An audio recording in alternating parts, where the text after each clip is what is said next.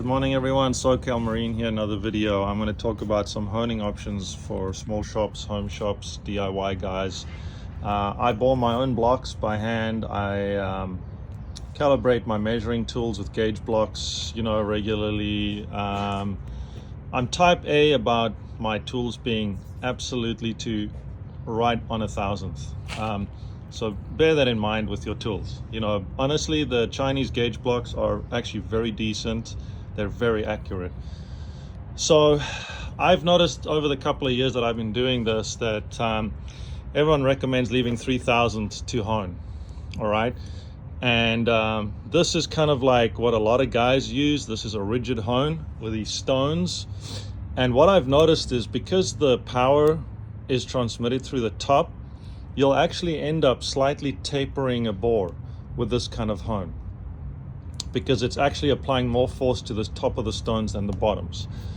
And it's actually just really not my preferred method after cutting. Now, I do have an old 60s cutter that is very accurate. I stopped caring after 3/10 of a thousandth, and I have come up with a solution that will guarantee a very, very true bore. So let's just take a small block Chevy, for example. You're doing a bore, it doesn't matter, 20, 30, over 40, 60. What I do is I actually cut to maybe within 1.5 thousandths, right? 2 at the most.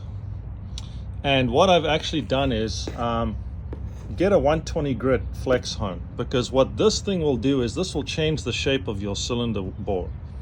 Once my machine is cut, that thing is so straight, I've actually messed it up in very small variations. I mean, the motors run fine, but this actually ends up doing more damage than good in my experience. What's a better option is to cut or have your block cut and hone it. Now you can put an oversize. I could put this in a 4-inch bore and it's going to be pretty aggressive, but that's great because this will not change the shape of the bore. It'll knock down the peaks of the cutting of the machine.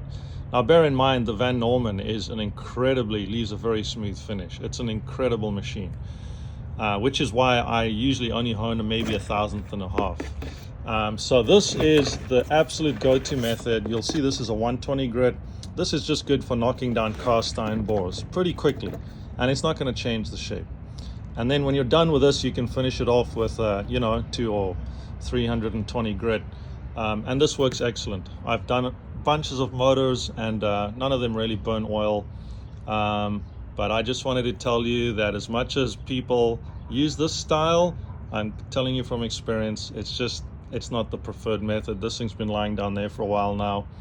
I'm just using ball hones. So I'll open this for you guys that are new. I mean, I'm sure there's very few of you guys that do your own blocks, but you can see this is the ball hone, and this will knock down the peaks, but it's not going to change the shape of the cylinder, and that's why this is my preferred method. And you can say all you want, these things rock. Flex hone, they are awesome. I have built so many engines with these, I've lost count, and they are incredible. From 500 horsepower strokers to 120 horsepower little stock little inline fours. I've used these on every engine I've ever done, and they're actually fantastic. So for all you perfectionists with your $50,000 honing machines, that's fantastic. But you know what? You can use this just fine. Thanks for watching.